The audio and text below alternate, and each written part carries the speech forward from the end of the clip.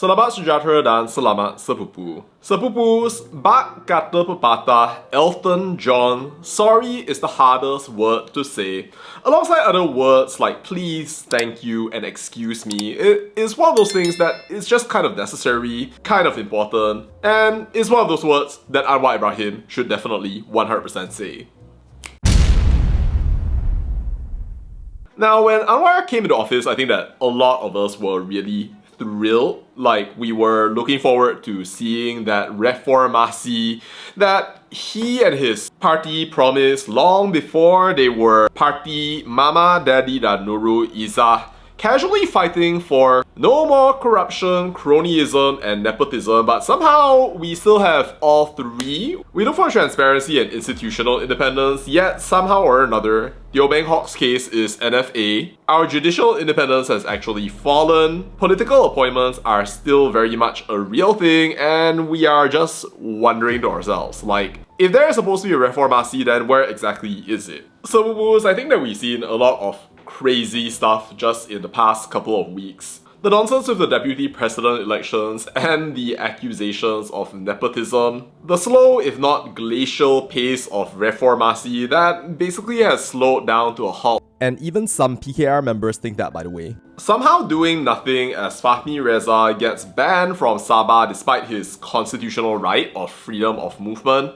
And now, as we all know, the literal travel ban from Malaysia, which right now, Fahmi is suing the government for. You know, like, at this point, I think that a lot of people, especially those people who just ship Anwar day in and day out, will just say Sabar, Sabar, and then wait for Anwar to just make a casual speech telling us that it is all wonderful, all right. Reformasi is one of those things that does take time. I think that we can all understand, imagine the sort of political position that Anwar is in at the moment. I think James Chin would say that you haven't seen the real Anwar just yet because he's not in a politically strong position to be able to do anything significant up until the end of his term and won't be able to until he gets a significant mandate. Fine.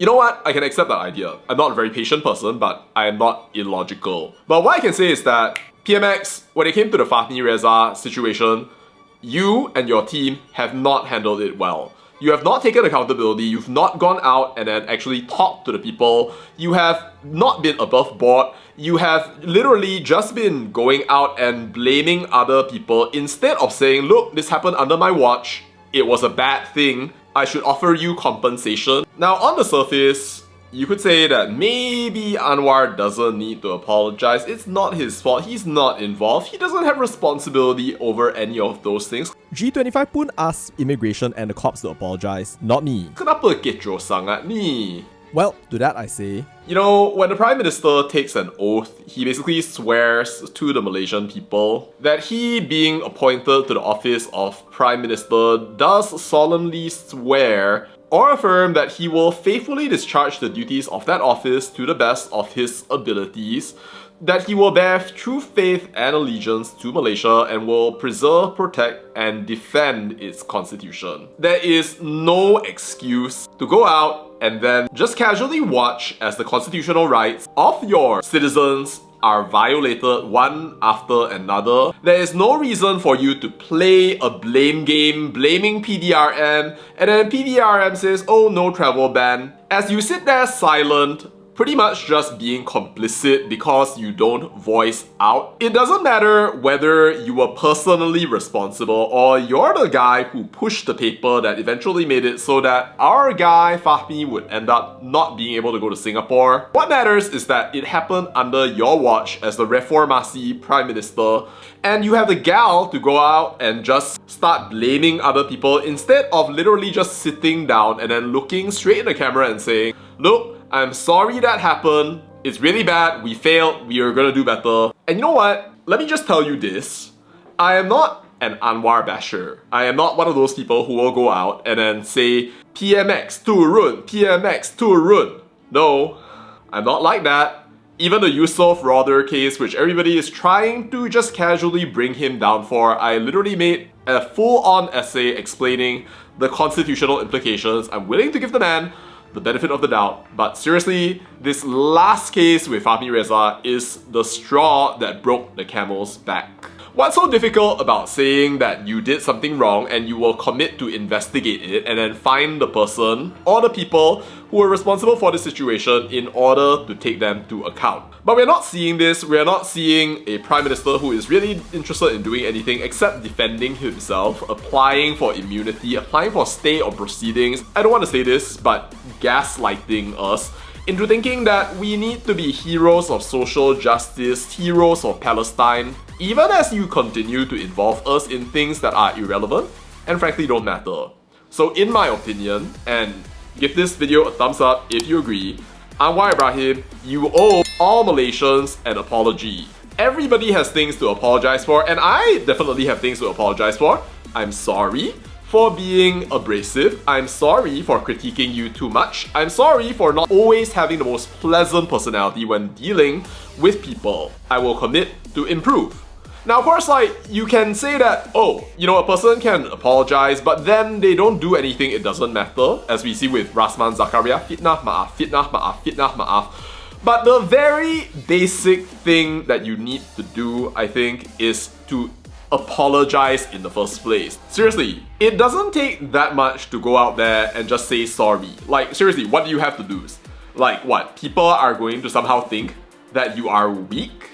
People have apologized to you time and time again, but I have never seen you actually apologize to the Malaysian people before because of your shortcomings, because you have done something wrong. Now, to be fair, it's not like you've never apologized in general, it's just that the apologies you made were not to the Malaysian people in general, were insincere, were to your Anwar Ibrahim fan club, were let me go ahead and embarrass you and apologize in order to soften the blow. And I apologize that you were offended, but it's not my fault. So PMX, if you finally want to apologize properly, all you have to do is literally just go out in front of a microphone, a camera or whatever, and say, I'm sorry to the Malaysian people, I'm sorry this is taking so long. I hope that you can bear with me a little while longer, and I hope that we can continue doing what we are doing. Seriously, even if you're not sincere, and I hope that you be sincere, literally just set aside some time, sit down, be in front of a camera like this, and copy what I say. Rakyat Malaysia, nama saya Anwar Ibrahim, saya Perdana Menteri Malaysia, dan saya ingin memohon maaf kepada seluruh rakyat Malaysia yang telah berharap kepada saya untuk menjadi ejen reformasi dan ejen penaik Malaysia kepada persada antara bangsa. Selaku Perdana Menteri, saya haruslah menjadi teladan yang baik kepada negara ini dan saya haruslah mencapai matlamat reformasi yang pernah saya perjuangkan yang bertujuan untuk menghilangkan korupsi, menegakkan keadilan dan memulangkan maruah negara Malaysia. Meskipun saya bekas banduan dan meskipun saya pernah ada kes, saya amat berterima kasih kepada seluruh rakyat Malaysia yang sudi menerima saya sebagai Perdana Menteri negara yang mulia ini. Dan dalam setiap tindakan dan setiap aspirasi saya harus mengikut dalam roh dan juga kenyataan sumpah yang telah saya angkatkan sebagai Perdana Menteri anda semua untuk menegakkan perlembagaan dan kebebasan bersuara dalam negara ini.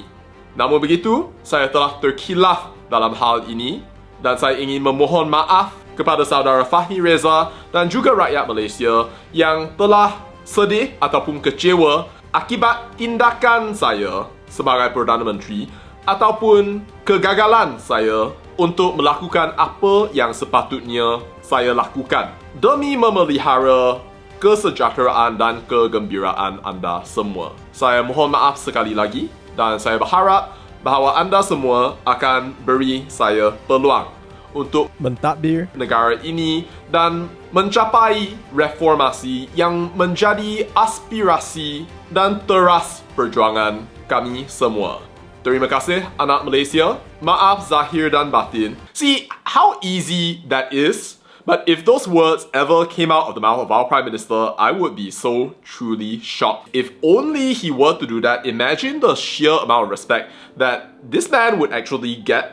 People would understand that yes, he is not up to expectations, but that's normal. He's human. But instead, what he does is that he goes around just not talking about anything that is important And we are just wondering, right? Like, our PM is supposed to be one of the most articulate people in the entirety of the world at the moment, but somehow or another, he cannot muster the courage to go up on stage and say, look, we're not doing perfect. Dude, like, we know that you're not perfect. We know that you will fail. Every single politician in this world can make promises one after another, and you can expect that they are going to fail. It is understandable, it is human nature. But of course, there are going to be some people out there who have more human decency to understand that there is a human element to politics, and that if people are not happy with the way that you're doing things, look, somewhere along the way, PMX, like, something has got to give. You cannot just be expecting that people will forever gaslight themselves and then throw away the evidence that you're not doing your job properly in favor of some imaginary reformasi that we're not seeing coming because we don't have the evidence for it. Do you think we are robots? No, we're not robots. We are human beings and we rely on what you say, the evidence of what you do, not because you're just apparently dealing with technocrats. Oh yeah, right. Your Rafizi and Nik Nazmi have resigned already, so like, what technocrats? If you are literally leading such a kecil hati government to the point that somehow or another your feelings tersinggung, tak nak kena marah, that kind of thing, I have serious concerns about that because that showcases that you don't have the ability to self-reflect. So please do the right thing. Prime Minister Anwar, I seriously hope that you will consider what I just said. I'm not saying it lightly, I'm not saying it just because I have a grouse or I hate you or anything. I respect the fact that you are a Prime Minister, but I can confirm for you that I believe that you're going to lose the ability to be Prime Minister during the next GE if you don't stop with your standoffish, no engagement behavior, telling people to sabar, sabar, sabar, while basically just going out and ignoring your number one supporters of all time along the way, and Malaysians just casually elect PAS into power, even though they are significantly worse than you. If he just goes out there and then keeps on with this facade where he's just not engaging with the people that he's supposed to serve, not doing what he is meant to be doing, not even paying attention to the optics of his decisions, even as he talks about Malaysia all around the world, then I seriously don't know what's going on. Prime Minister, seriously, you owe Malaysians and you owe us all an apology. Seriously, please consider it. Alright, that's all I have to say about that, and bye.